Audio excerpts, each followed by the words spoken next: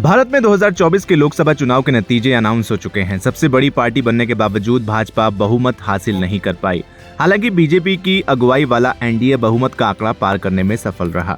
दूसरी तरफ विपक्षी गठबंधन ने उम्मीद और खासकर एग्जिट पोल से बेहतर परफॉर्म किया। दुनिया के सबसे बड़े लोकतंत्र के नतीजों को न सिर्फ देश के लोग बल्कि पूरी दुनिया टकटकी लगाकर देख रही थी।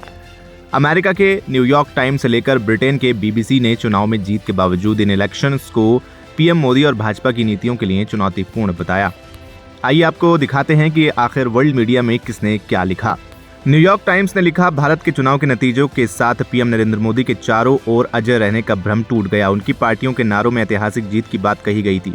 पीएम मोदी ने लगातार खुद को भगवान का दूत बताया, लेकिन मंगलवार को सामने आए नतीजे इसके उलट रहे। वो अब सरकार बनाने के लिए अपने गठबंधन की दूसरी पार्टियों पर निर्भर हैं। वहीं सीएनएन ने लिखा, भारत में बदलाव लाने के साथ ही बंटवारे को बढ़ावा देने वाले पीएम मोदी ने मंगलवार रात भारत के चुनावों में जीत की अनाउंसमेंट की। हालांकि चुनाव के नतीजों के साथ ही उनका अजय बहुमत हासिल करने का लक्ष्य धरा का धरा रह गया। भारत में विपक्ष को विश्लेषकों के साथ सर्वों में भी खारिज कर दिया गया था। हालांकि चुनाव के नतीजों ने पीएम मोदी की विभाजन वाली नीति को रिजेक्ट कर दिया। बीबीसी ने लिखा है, लोकसभा चुनाव के नतीजे पीएम मोदी के लिए निजी तौर पर झटका है। उन्होंने अब तक बतौर सीएम और पीएम हमेशा बहुमत हासिल की है। भारत के चुनावी नतीजे इस बात का सबूत हैं कि मोदी ब्रांड ने अपनी चमक खो दी है। पीएम मोदी उतने अजय नहीं है जितना उनके कई समर्थन मानते हैं। मोदी की पार्टी बीजेपी की सीटें कम होने की वजह भारत में बेरोजगारी, बढ़ती हुई महंगाई, असमानता और अग्निवीर योजना रही। इसके अलावा बीबीसी ने इस हार के लिए पीएम मोदी के बंटवारे की भावना वाले चुनावी कैंपेन को माना, जिसमें उन्होंने मुस्लिमों को टारगेट किया। अल जजीरा ने भी लिखा, एग्जिट पोल्स को गलत साबित करते हुए भारत की विपक्षी पार्टियों ने चुनौती नतीजों में बीजेपी को चौंका दिया। भारत का चुनावी परिदृश्य भी बदल गया है।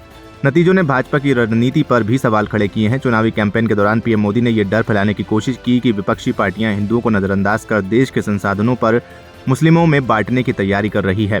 जब भारत की जनता महंगाई और बेरोजगारी से जूझ रही है, तब चुनाव में अब की बार 400 पार के नारे में उनके ओवर कॉन्फिडेंस नजर आया।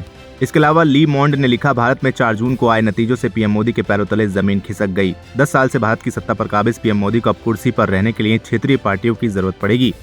वहीं डॉन ने लिखा, पीएम मोदी की हिंदू राष्ट्रवादी पार्टी चुनाव में बहुमत हासिल करने में नाकाम रही। मोदी खुद अपनी सीट वाराणसी पर सिर्फ 1.5 लाख वोटों से जीते, जबकि पिछले चुनाव में यह आंकड़ा 5 लाख था। मोदी अब सरकार बनाने के लिए उन क्षेत्रीय दलों पर निर्भर हैं जो हमेशा एनडीए के लिए लॉयल नहीं रहे हैं। विदेशी अखबारों में फैजाबाद की सीट का भी जोर शोर से जिक्र है, जहां अयोध्या में राम मंदिर बनवाने और उद्घाटन के बाद भी बीजेपी उम्मीदवार को समाजवादी पार्टी उम्मीदवार से हार का सामना करना पड़ा। पाकिस्तानी मीडिया ने लिखा, सरकार चलाने के लिए अब बीजेपी को अपने सहयोगी दलों की बेसाखी के लिए मजबूर होना पड़ेगा। बाबरी मस्जिद की जगह राम मंदिर बनाने वाली बीजेपी ने अयोध्या में अपनी हार मान ली है। वहीं बांग्लादेश के अखबार द डेली स्टार ने अपने एक विश्लेषणात्मक लेख को शीर्षक दिया है, एक जीत जो हार लग रही है।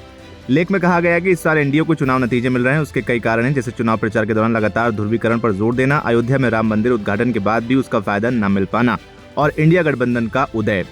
इन सभी ने अपनी भूमिका निभाई। फिलहाल इस वीडियो में इतना ही। उम्मीद है आपको ये जानकारी पसंद आई होगी। वीडियो को लाइक करें, शेयर करें और चैनल को सब्सक्राइब करना बिल्कुल ना भूलें।